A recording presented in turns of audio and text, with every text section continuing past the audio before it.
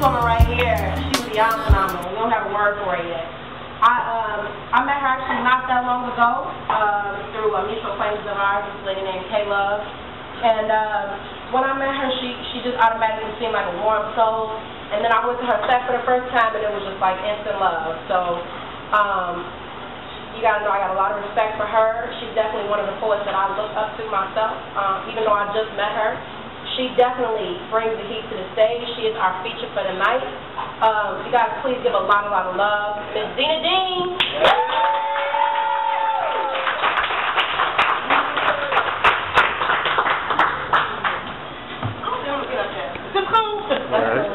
All right, first I want to thank everybody who came out yesterday for the poetry set reunion picnic. It was a phenomenal event. It's exactly what we were looking for, so we'll be doing it again soon. And also, if you find yourself on the South Side on a Thursday, come check me out at Soul Vegetarian on 75th in Indiana. We have an open mic. Sign-up starts at 7, poetry starts at 8. The whole set closes down at 10. And I don't like to do the whole, free form, I'm going to tell you what I'm going to talk about, so I'm not going to do that. I will tell you that my energy is just a tad bit low today, so don't think that I'm not interested in what you're saying. I'm just like completely and thoroughly drained. So all the energy I give you, I need you to put it back up in me. Put it right back up in me. Because I'm giving it, you got to give it back. Otherwise I ain't going to be able to do my feature. Y'all want me to do my feature, right? Yeah.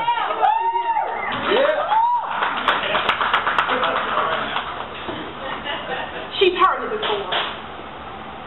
Been called it before. Been touched in places that weren't hers anymore. Hurt to the core, her cries were ignored. That's why she doesn't cry anymore.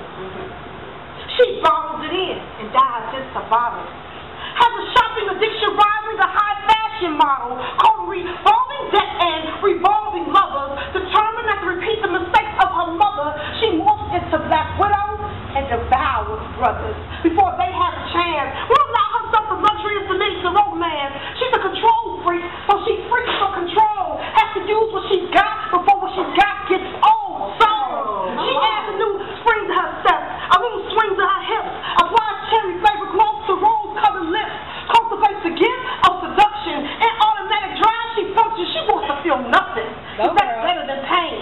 Covering her hurt with imaginary monetary gains and tries to maintain a lifestyle far out of her realm. A shipwreck of an existence with a lost soul at the helm. Destination? The Isle of Bitter Women. Because the sisterhood is too far. Where else can she go with a heart that's so scarred and so hard to keep up the facade? On her knees she would cry up her curses to God, God's masterpiece. Shattered to pieces. With each passing day her displeasure increases. Beautiful woman never known a beautiful day.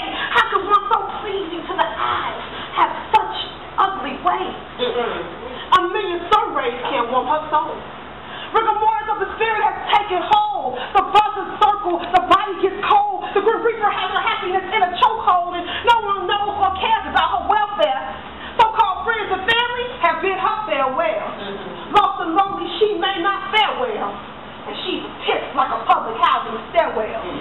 But no one can tell. She hides it so well, put together so well while dying to slow hell. Got more secrets in a transient motel. Don't ask, don't tell. Damage good, don't sell. She wants to keep it popping like first amongst those sales. Well, come on.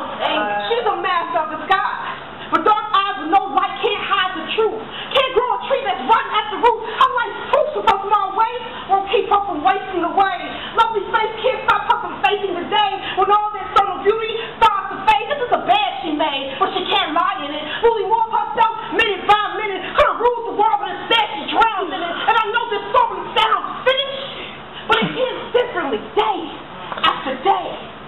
Where beautiful children are touched in such ugly ways. And they have to carry that pain silently.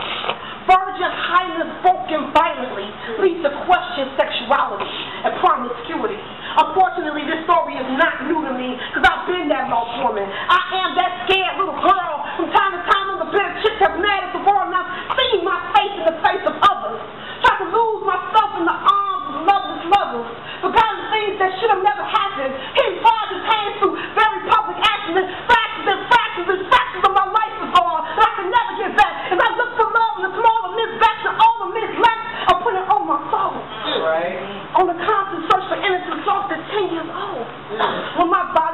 trained me by beguiling a man.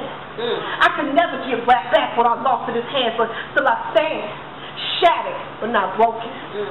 Frightened but unafraid, building a warrior out of all the mistakes I made. This blade broke the chain, broke something good out of all the pain, reclaimed what was taken by making it mine, becoming resilient by circumstance and design. I'm fine as I find myself thinking of the pedophile that defiled the child and knew only trust, knowing all too soon the sin of lust.